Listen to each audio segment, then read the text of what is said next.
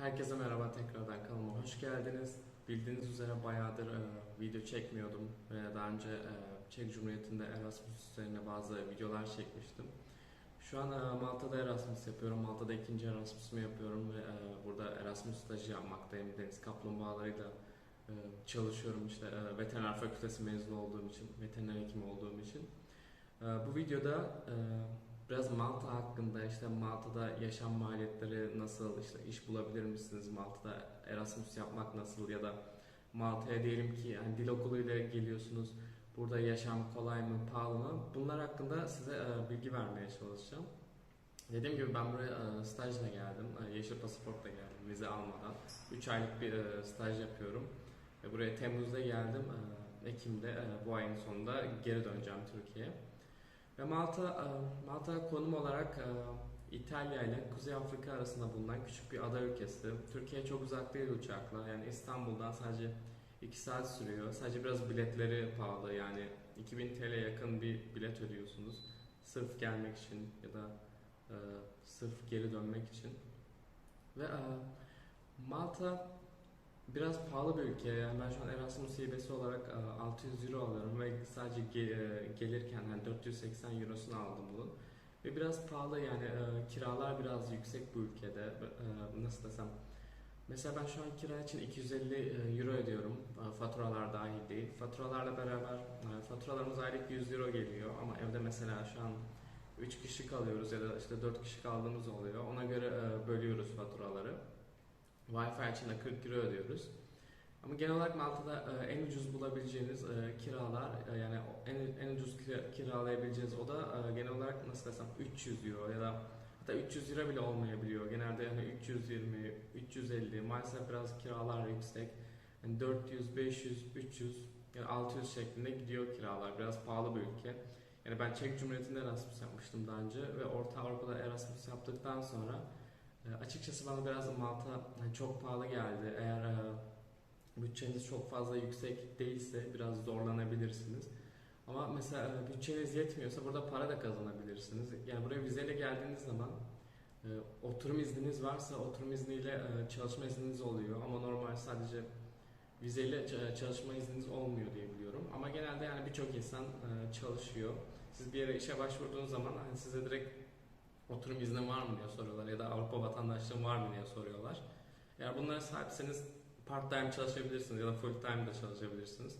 Bana kalırsa iş bulmak hiç zor değil yani Malta'da mutlaka şu an özellikle korona döneminde yani çok fazla insana işe aldıklarını düşünüyorum. Restoranlarda çok fazla bartender ya da barista pozisyon açığı olduğunu düşünüyorum. Sürekli eleman arıyorlar ve burada nasıl desem kurye olarak da çalışabilirsiniz. Yine aynı şekilde eleman arıyorlar. Sadece normal araba yani ehliyetiniz varsa motosiklet sürüp hani kuryelik yapabilirsiniz. Yani benim çalışan arkadaşlarım var şahsen. Bartenderlik yapan arkadaşlarım da var. Bana kalırsa yani iş bulmak çok zor değil açıkçası Malta'da. Aynı şekilde dil okuluyla geldiyseniz ya da Erasmus'la geldiyseniz daha sonra burada da kalmak hani çok zor olduğunu sanmıyorum.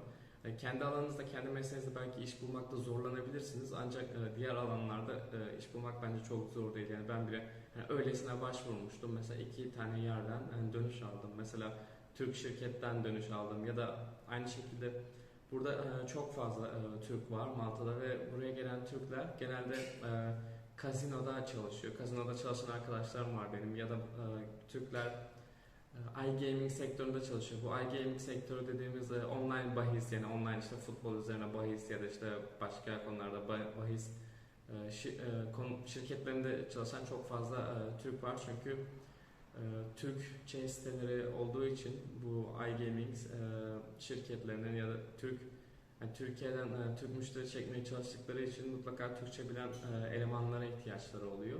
Dolayısıyla hani bu sektörlerde çalışabilirsiniz. Ancak sanıyorum ki hani 5 yıl 6 yıl önce bu sektörlerde iş bulmak belki biraz daha kolaydı. Şu an hani çok fazla çalışan Türk var ve şu an daha çok tecrübesi olan Türkleri ya da tecrübesi olan yabancıları arıyorlar diye düşünüyorum. Yani en azından ben işlere baktığım zaman öyle olduğunu fark ettim. Tecrübeli insanlar arıyorlar. Sonra Malta'da yine maliyetlere geri dönecek olursam, Malta bana kalırsa diğer Avrupa ülkelerine kıyasla işte Almanya olsun, İngiltere olsun.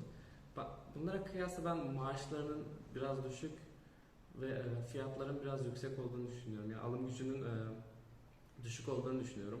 Burada asgari ücret 800 euro. Yani bir restoranda çalıştığınız zaman saatlik 5 euro ya da 5,5 euro gibi bir ücretle çalışıyorsunuz ve bu da aylık 800 euro geliyor diye hesapladığımı hatırlıyorum. Ve aylık 800 euro nasıl desem biraz az olduğunu düşünüyorum. Yani diğer işlerde çalıştığınızı hani varsaysak mesela aylık işte 120 1200 euro kazanıyorsunuz diyelim. 1000 euro ile 2000 euro arası kazanıyorsunuz diyelim. Yani kendinizi biraz da idare edebilirsiniz.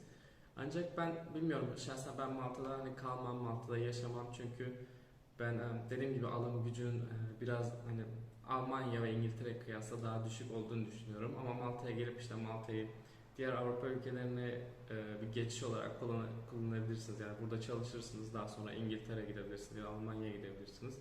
Bence bir fırsat olarak kullanılabilir diye düşünüyorum. Market fiyatları biraz yüksek yani ben Çek Cumhuriyeti'nde Erasmus yaptığım için bana çok pahalı geliyor. Tabii ki de Orta Avrupa ve Malta hani çok aynı sayılmaz ama burada alkol fiyatları biraz yüksek olduğunu düşünüyorum. Türkiye ile aynı neredeyse. Onun dışında market fiyatları, hani ucuz alışveriş yapmak istiyorsanız Lidl'a gidebilirsiniz. Ancak burada ucuz marketler konum olarak nasıl desem çok merkezi olmadığını düşünüyorum. Biraz daha böyle farklı yerlerde konumlandırılmış olduklarını düşünüyorum. Ve bu ülkede ulaşım biraz zayıf olduğunu düşünüyorum. Çünkü otobüsler asla dakik değil. Hani vaktinde gelmeyebiliyorlar. Geç gelebiliyorlar. Çok fazla sık gelmiyor bazı otobüsler. Ulaşımın inanılmaz zayıf olduğunu düşünüyorum. Ve bir yerden bir yere gitmek, hani Malta çok küçük bir ülke gibi gözüküyor olabilir ancak aslında o kadar da küçük değil. Yani bir yerden bir yere gitmeniz bir saati bulabiliyor ya da ülkenin en güneyinden en kuzeyine gidiyorsunuz diyelim ya da işte en doğusundan en batısına gidiyorsunuz diyelim. Yani 1,5 saat sürüyor. O kadar da aslında küçük değil. Otobüsler yavaş gidiyor. Eğer altınızda araba varsa tabii ki de her yere çok hızlı gidersiniz. Arabayla hiç problem yok. Ancak dediğim gibi burada otobüs ulaşım sistemi çok saçma ve bazen otobüsler bir anda yönlerini, rotasyonlarını değiştirebiliyorlar. Mesela siz bir yere gitmek için otobüse biniyorsunuz ve gitmek istediğiniz yere varacağını düşünüyorsunuz. Ancak gitmek istediğiniz yere otobüs varmıyor. Yani başka bir yoldan, başka bir rotasyon tercih etmek zorunda kalabiliyor ve bir anda yani otobüsten inmek zorunda kalıyorsunuz ve tekrar başka bir otobüs almak zorunda kalıyorsunuz. Bu yönden çok zayıf. Benim bu yönden açıkçası ilk günlerimde çok sinirimi bozmuştu. Yani ulaşımı çözmem biraz vaktimi aldı. Yani bir haftamı aldı. Ama yani bir şekilde tabii ki de hallediyorsunuz. Ne dediğim gibi burada mesela gece hayatına değinecek olursam ben Malta'ya 2 yıl önce gelmiştim. İlk Erasmus'umda hani gezmek amaçlı gelmiştim. Ve o zaman geldiğim zaman mesela çok eğlenceli gözüküyordu. İşte kulüpler bedava girebiliyordunuz ve sürekli yani bedava olduğu için bir kulüpten çıkıp diğerine geçebiliyordunuz. Ancak şu an korona yüzünden kulüpler kendi kaybettikleri parayı telafi etmeye çalışıyorlar. Dolayısıyla kulüplere girişte 10 euro para ödemeniz gerekebiliyor ya da 5 euro olabilir ya da 20 euro olabilir. Bu tamamen mekandan mekana değişir. Ve rezervasyon yaptırmanız gerekiyor. Ya mesela siz rezervasyon yaptırırken bir masa rezerve etmeniz gerekiyor ve en fazla 6 kişi rezerve edebilirsiniz korona önlemlerinden ötürü.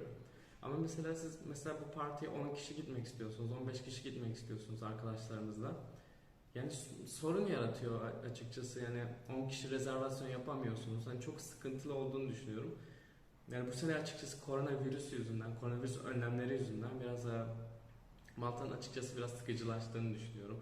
Eğer hani klaplara giriş 10 euro olmasa belki hani daha fazla hani paranızı nasıl desem yani çok para harcamak zorunda kalmazsınız. Mutlaka işte paranızı elinizde cebinizde para kalabilir mesela. Ben ilk ayımda hani insanlarla hani vakit geçireceğim diye çok fazla para harcadım ve Malta eğer cebinizde hani para varsa gerçekten eğlenceli bir ülke. Ancak cebinizde para yoksa maalesef sizin bütçeniz biraz zorluyor. Aynı zamanda burada dediğim gibi insanlarla sosyalleşmek için ve tanışmak için sürekli para harcamak zorunda kalıyorsunuz. Mesela burada İngiliz Cafe denilen bir etkinlik, bir organizasyon var. Bu organizasyon hemen hemen her gün düzenleniliyor ve girişte 5 euro ödeyip işte İngilizce pratik yapabiliyorsunuz insanlarla, İngilizce konuşabiliyorsunuz, insanlarla tanışabiliyorsunuz. Mesela bunun için de sürekli para vermeniz gerekiyor, 5 euro gibi.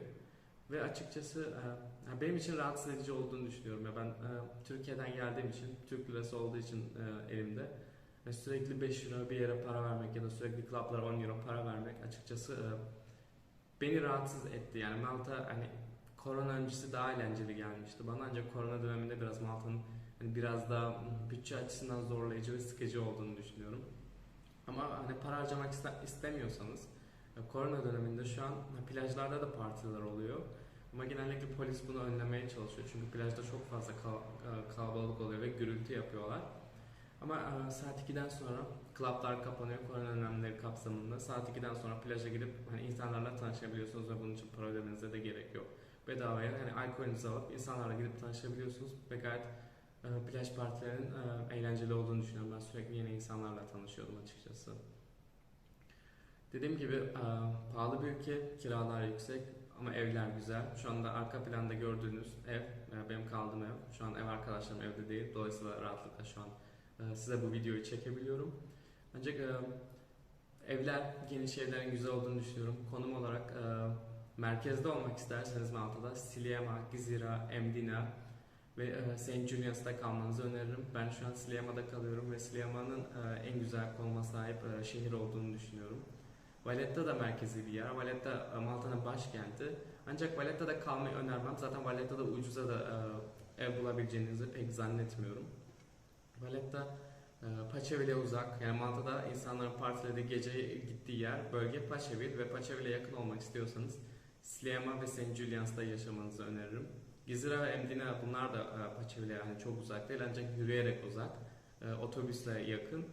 Ancak muhtemelen siz geceleri yürüyerek bir yerlere yakın olmak isteyeceksiniz ki bunun için Sliema ve St. Julian's'ta yaşamanızı öneririm. Ve Sliema'da ücretler genelde biraz daha uygun oluyor ve Sliema'nın ben açıkçası gayet güzel olduğunu düşünüyorum. Çünkü hemen denizin dibinde, zaten Malta'da her yer denizin dibinde. Ancak Sliema'da su biraz daha temiz olduğunu düşünüyorum. Yani bu bölgeyi seçebilirsiniz yaşamak için. Malta'da staj yapmak için de Erasmus stajı yapmak için burada çok fazla Türk Erasmus öğrencisi olmuyor ama çok fazla işte Erasmus öğrencisi oluyor. Türk Erasmus öğrencisi genelde sayısı 10-20 arasında seyrediyor. Ve staj yeri bulmak isterseniz burada ve bulmakta zorlanıyorsanız mutlaka ESN Malta grubuna girin. ESN diye bir organizasyon var Erasmus öğrencileri için. Erasmus Student Network olarak geçiyor. Bunların Facebook grubuna girebilirsiniz ve oradan WhatsApp linkini bulup WhatsApp grubuna girip WhatsApp'ta insanlara stajyeri sorabilirsiniz. Mutlaka size yardımcı olacaktır burada okuyan öğrenciler. Yani ben bu şekilde stajyerimi bulmuştum. Mesela önceden bir köpek barınağında, kedi köpek barınağında çalışacakken daha sonra stajım iptal oldu ve WhatsApp grubu sayesinde yaban hayatı üzerine bir stajyeri buldum ve deniz kaplumbağalarıyla çalışıyorum 2 aydır, 3 aydır. Ve gayet hani zevkli bir iş. Deniz kaplumbağalarıyla çalışmak benim için gayet zevkli. Nature Trust Malta diye bir organizasyonda çalıştım. Biyoloji ve veteriner hekim öğrencilerine yönelik bir organizasyon olduğunu düşünüyorum. Burada hani veteriner hekim olarak çalıştım. İşte deniz kaplumbağalarının tedavilerine katıldım. Tank temizliği yapmak zorunda kaldım ya da deniz kaplumbağalarını besledim ya da deniz kaplumbağalarını bazen denize salıyorduk. Ve stajyerimden açıkçası gayet mutluyum. Sadece eğer size tavsiyem bütçeniz çok yüksek değilse ve burada çalışıp para kazanmayacaksınız part-time, Malta'yı çok tavsiye etmem. Ancak part-time çalışıp para kazanabilirim diyorsanız Malta hani kendi bütçeniz iyiyse Malta gayet eğlenceli olduğunu düşünüyorum. Paranız olduğu sürece burası inanılmaz eğlenceli bir ülke. Zaten hani gece hayatı, Erasmus hayatı inanılmaz güzel. Ancak paranız yoksa sizi biraz zorlayabilir. Evet, genel olarak benim videomda bahsetmek istediğim şeyler bunlardı. Ulaşımdan bahsettim. Fiyatlara çok değinemedim. Ancak genel olarak alkol ve kirayı güzel bir şekilde anlattığımı düşünüyorum. Eğer videom sizin için faydalı olduysa lütfen kanalıma abone olmayı, videomu beğenmeyi ve yorumlar kısmına sorularınızı sormayı unutmayın. Başka bir videoda görüşmek üzere.